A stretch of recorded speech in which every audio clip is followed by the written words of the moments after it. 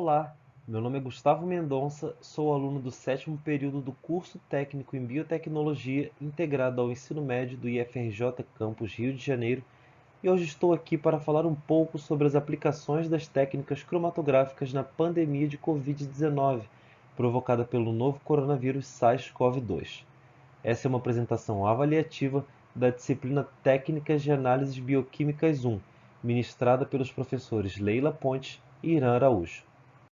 Bem, inicialmente, antes de falarmos sobre a relação entre a cromatografia e a Covid-19, que é o principal objetivo dessa apresentação, precisamos abordar as técnicas cromatográficas de maneira geral. Para começar, podemos nos questionar: o que são técnicas cromatográficas? Resumidamente, podemos dizer que as técnicas em questão são metodologias empregadas para se realizar a separação dos componentes de uma mistura. Essas técnicas se baseiam na interação dos constituintes de uma amostra com duas fases distintas e immiscíveis, denominadas como fase móvel ou eluente e fase estacionária. O entendimento do conceito dessas duas fases é de suma importância para a compreensão da cromatografia. Então irei falar especificamente sobre elas agora. Inicialmente, podemos dizer que a fase estacionária, em geral, corresponde a um suporte imóvel que tem a capacidade de interagir com determinados compostos presentes em uma mistura, de modo a retê-los através de interações intermoleculares. Já a fase móvel, por outro lado, geralmente consiste em um solvente ou uma mistura de solventes que tem a capacidade de migrar do início ao fim da fase estacionária, eluindo e, consequentemente, separando espécies que não interagem fortemente com a fase imóvel do sistema. É importante ressaltar que, apesar de terem o mesmo princípio de separação de compostos, existem diferentes tipos de cromatografia, conforme veremos daqui em diante. Aqui temos dois exemplos de tipos de cromatografia distintas. À esquerda, temos uma imagem que mostra as etapas de uma cromatografia em camada delgada, chamada de CCD, que é um tipo de cromatografia planar, enquanto à direita temos a representação da separação dos componentes de uma mistura por meio de uma cromatografia líquida clássica em coluna. Já aqui podemos ver dois aparelhos que são empregados em rotinas distintas de cromatografia. À esquerda temos um cromatógrafo gasoso utilizado na cromatografia gasosa, enquanto na direita vemos um cromatógrafo líquido de alta eficiência, que é empregado na cromatografia líquida de alta eficiência, também conhecida como CLY. E agora que já entendemos um pouco mais sobre as técnicas cromatográficas, podemos seguir para a discussão de como pode-se empregá-las diante da Covid-19, a qual é uma doença que até fevereiro de 2021 já acometeu mais de 100 milhões de indivíduos, além de ter provocado mais de 2 milhões de óbitos. As cromatografias podem ser utilizadas, por exemplo, para a construção e melhoramento de métodos de diagnóstico da Covid-19. Podemos utilizar essa metodologia também para realizar a purificação de compostos visando a produção de vacinas, por exemplo. A cromatografia também é muito utilizada no controle de qualidade de vacinas e medicamentos que possam vir a ser utilizados para o combate da Covid-19 e ainda é importante na determinação da eficácia de fármacos que estão em fase de teste. Vamos falar primeiramente da aplicação da cromatografia em relação aos famosos testes rápidos, dos quais todos nós já ouvimos falar nos últimos meses. Aqui eu trouxe algumas manchetes que ilustram como esses testes ficaram na boca do povo ultimamente. Porém, apesar de sempre se estar falando deles, raramente explicações científicas sobre o funcionamento desses foram dadas. E para quem nunca viu, esse aí é o tal teste rápido para diagnóstico da Covid-19. Primeiramente, quando falamos desses testes rápidos, é importante ressaltar que eles são baseados em sorologia e consistem em sistemas de imunocromatografia planar de fluxo lateral. Aqui eu trouxe dois esquemas para que possamos entender melhor como eles funcionam. Como a gente pode ver no esquema à esquerda, esses testes contam com uma região S, na qual a amostra de sangue, aqui representada pela palavra sample, deve ser inserida junto de uma solução tampão, o buffer, que atua como eluente na cromatografia. Após ser aplicada na devida região, a amostra é eluída de modo a ir em direção a um bloco, no qual encontram-se partículas do SARS-CoV-2 marcadas com ouro coloidal. Nessa região, também encontramos anticorpos inespecíficos de cobaias, também marcados com ouro coloidal, que confere cor às estruturas às quais ele está ligado.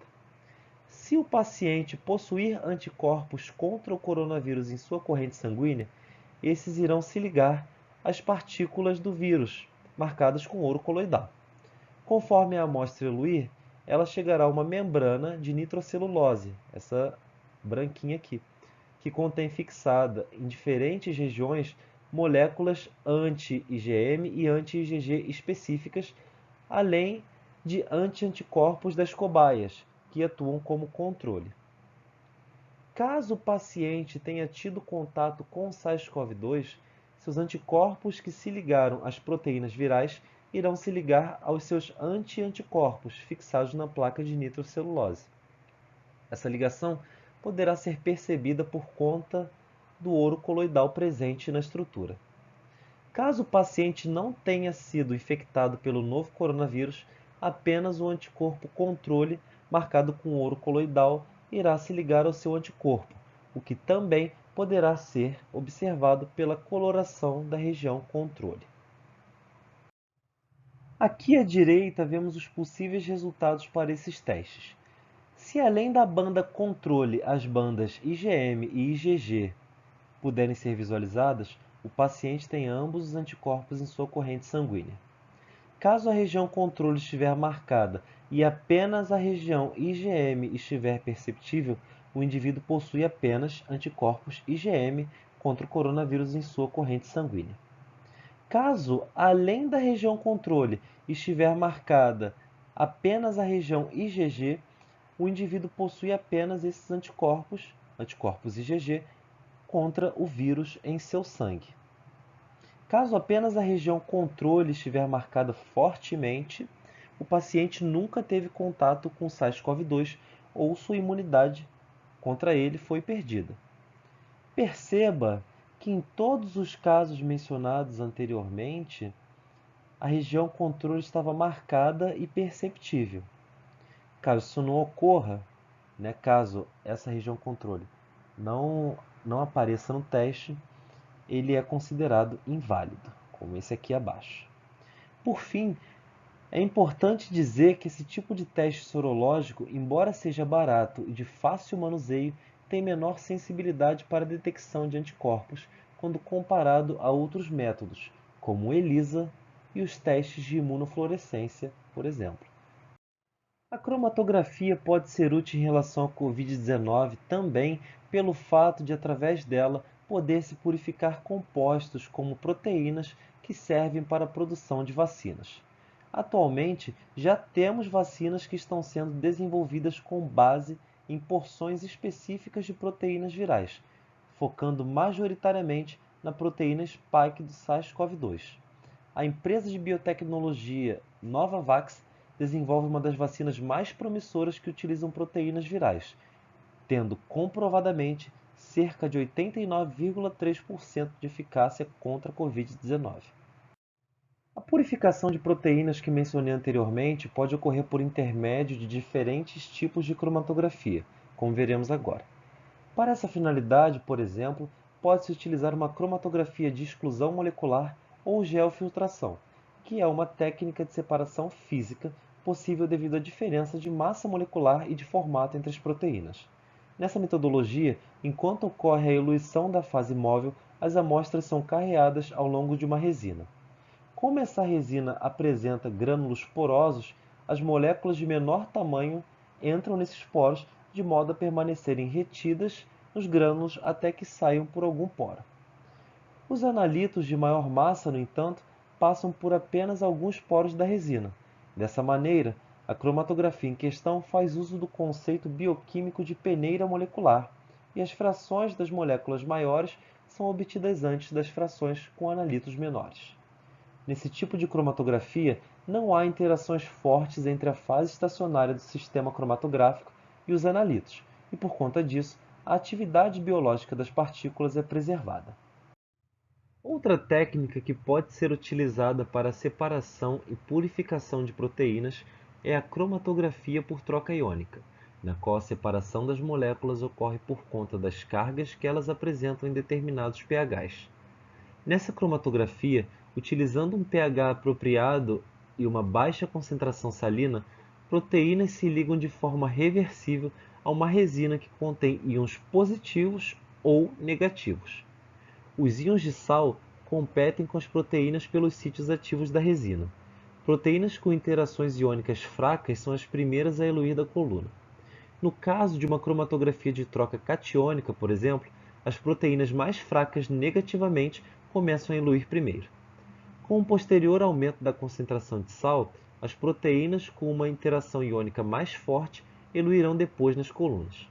Esse tipo de cromatografia é vantajoso, em especial, porque permite a determinação de espécies iônicas orgânicas, tem sensibilidade a baixas concentrações e não exige um grande tempo de análise. O último exemplo de cromatografia utilizada para a purificação de proteínas que podem servir para a produção de vacinas contra a Covid-19 que eu trouxe aqui é a cromatografia de bioafinidade. Essa técnica se distingue das outras modalidades de cromatografia por se basear principalmente nas propriedades biológicas ou funcionais da fase estacionária e da substância a ser separada em escala analítica ou semi-preparativa. A mistura a ser separada é aplicada no topo de uma coluna que contém um suporte inerte, ao qual um ligante, que pode interagir especificamente com a substância desejada, está ligado. Uma fase móvel, na qual a interação substância-ligante é favorecida, passa pela coluna até que os componentes da mistura não retida saiam dela. Uma mudança nas propriedades da fase móvel, como a mudança no pH ou na concentração de tampão, ou ainda a presença de um deslocador, permite que a substância retida seja eluída.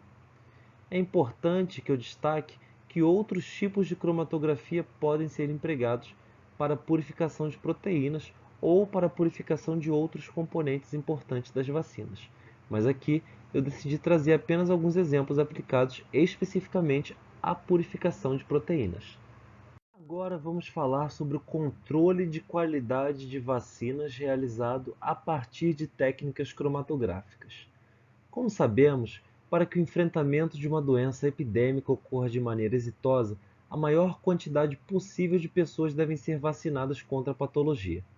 Dentro desse contexto, o controle de qualidade surge como uma forma de garantir que todos os indivíduos estejam recebendo os mesmos produtos, sendo estes confiáveis e seguros para o consumo. Dentro do controle de qualidade de vacinas, em especial, torna-se necessário avaliar o conteúdo de seus constituintes e determinar a quantidade dessas moléculas na solução, já que esses fatores estão intimamente relacionados à imunogenicidade da vacina. Utiliza-se a cromatografia para esse controle de qualidade devido ao fato de ela ser uma ferramenta que apresenta elevada exatidão nos resultados, permitindo a identificação e a quantificação dos compostos presentes na solução com confiabilidade. A cromatografia atua em várias áreas de atribuição do controle, como veremos a seguir. Entre as técnicas mais usadas estão a cromatografia líquida de alta eficiência, a CLY, e a cromatografia em fase gasosa. A CLY tem sido muito utilizada para a determinação da concentração do produto ativo, na quantificação das impurezas de um produto, na determinação da composição ou formulação de um produto e também no estudo de estabilidade e degradação de um produto. Em alguns casos, tem sido utilizada também para purificação de princípio ativo, área conhecida como cromatografia líquida preparativa. Outro campo de aplicação é quando usada como ferramenta analítica para a descoberta de novos medicamentos ou estudos de bioequivalência. Já a cromatografia gasosa em indústrias farmacêuticas tem sido usada fundamentalmente para monitoramento de matérias-primas, avaliando o teor de impurezas orgânicas tóxicas e garantindo que os produtos finais estejam livres desses compostos. A grande vantagem das técnicas cromatográficas está na capacidade de realizar separações e análises quantitativas de um grande número de compostos presentes em vários tipos de amostra em uma escala de tempo relativamente pequena, com alta resolução, eficiência e sensibilidade. E aqui finalmente chegamos à última aplicação cromatográfica na Covid-19 que eu citei anteriormente. Temos essa pergunta: análises cromatográficas podem ajudar a determinar a eficácia de um fármaco? A resposta é bem taxativa: sim.